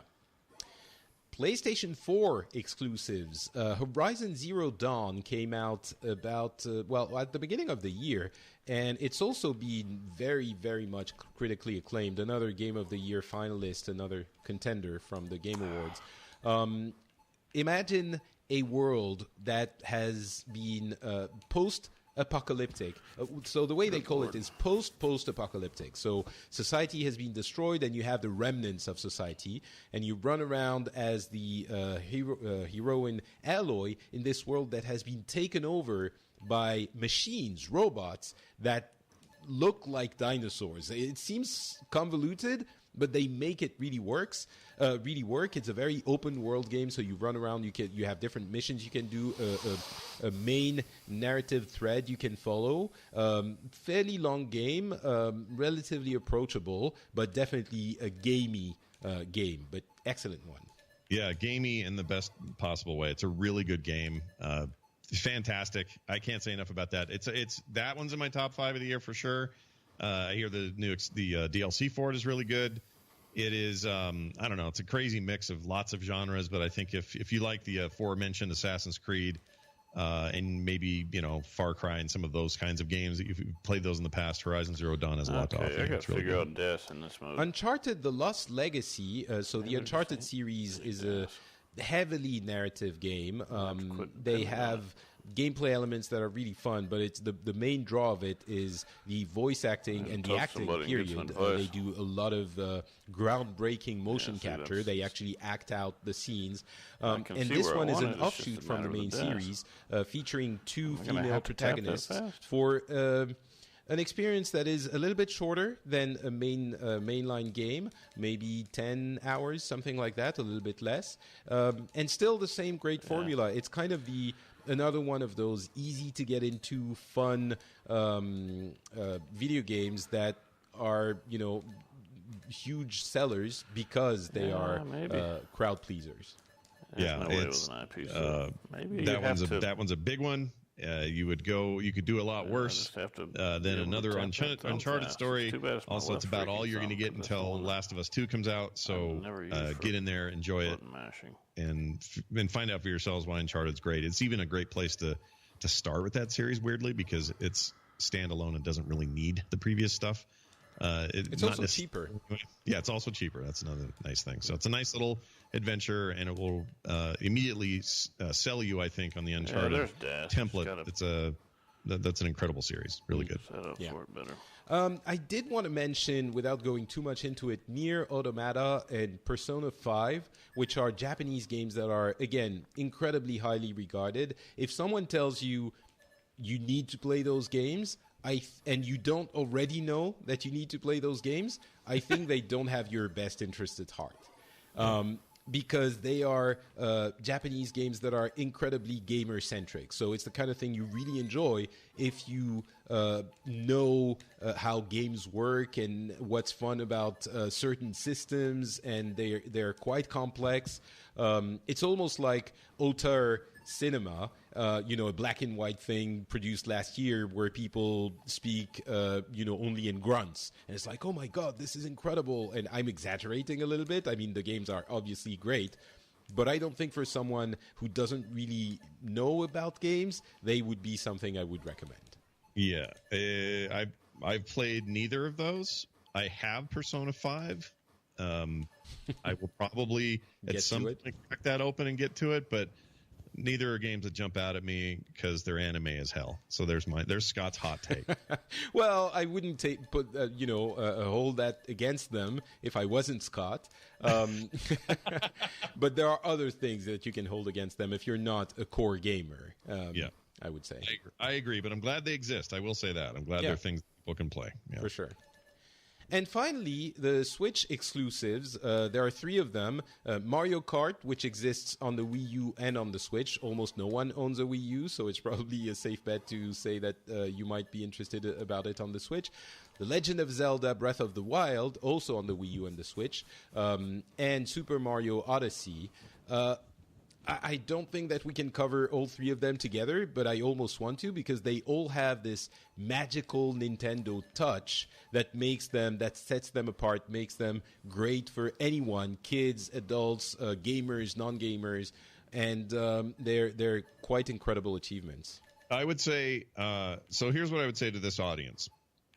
What Patrick said is absolutely true. They're all incredible. Super Mario Odyssey and Legend of Zelda Breath of the Wild are in my top 2. Of the year. Mario edges both it of out. them also Game of the Year finalists, by the way, as is Persona 5, which we mentioned as something you might not be interested in if you're not a core gamer. But yeah, sure. Zelda and Mario are both finalists for the Game Awards. Yeah, they're up there. They should be. They'll win. I think this is going to be a fight between 2 games on the Switch this year. I think this is where the fight will be.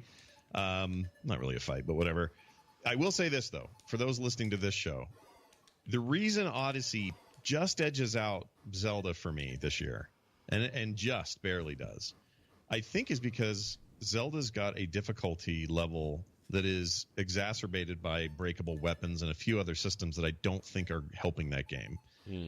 I think that there's some things they could simplify in that game to make it a much more enjoyable experience. That being said, this is not much of a criticism because the game's freaking amazing and redefines what we should expect from games like that. But all of that being said, I think that Mario is the most accessible, has the best kind of end game, is just an incredible achievement. So if you like feeling like you're 8 and living in a magical world again, Mario will fill your cup, man. It is amazing. Legend of Zelda is great, higher difficulty, and I'd say Mario Kart 8 is, despite the fact that it's basically a republish, is the best racing game of the year in my opinion. I really like it. So yeah, it's the Switch in general, man. Thing has just fed me what I want in 2017 for sure. And the Mario Kart game is such a great party game or something to play with your kids. It's a really, really fun game. Mario Kart is always fun, and I think this one is one of the more successful ones in the series.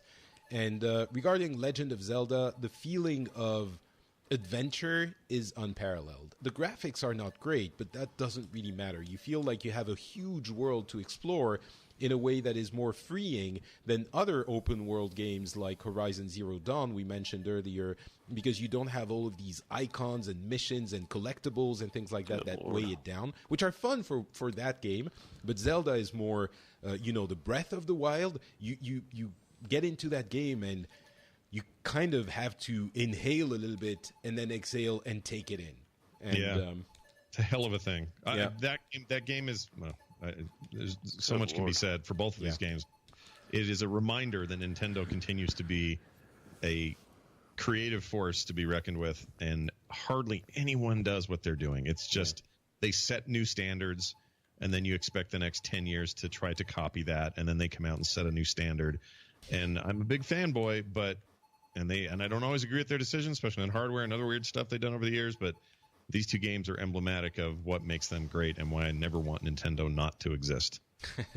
And I think I agree with you on Super Mario having this slight edge for me, because it's just something fun I want to get back to and get more moons all the time. Yep, more moons. More moons.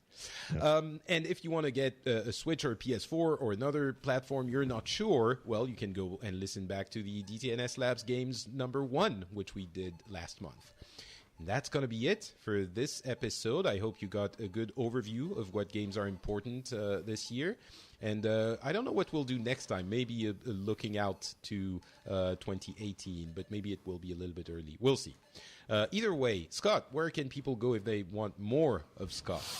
Well, if you're listening to this Labs episode, you'll soon hear a new Labs episode that I'll be putting together that deals with some more art tech. I've been focusing a lot on art technologies, digital tablets, that sort of stuff, how artists are working today versus how they maybe have done it in the past. And if you want to catch that, you can catch it right here where you get this.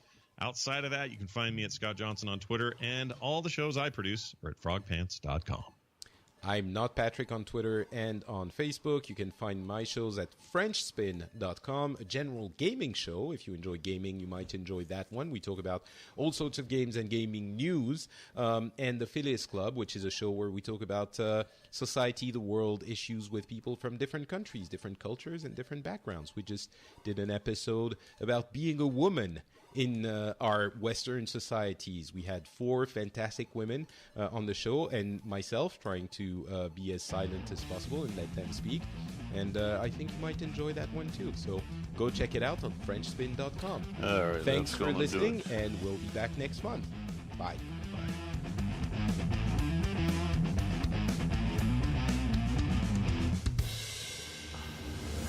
This show is part of the Frog Pants Network.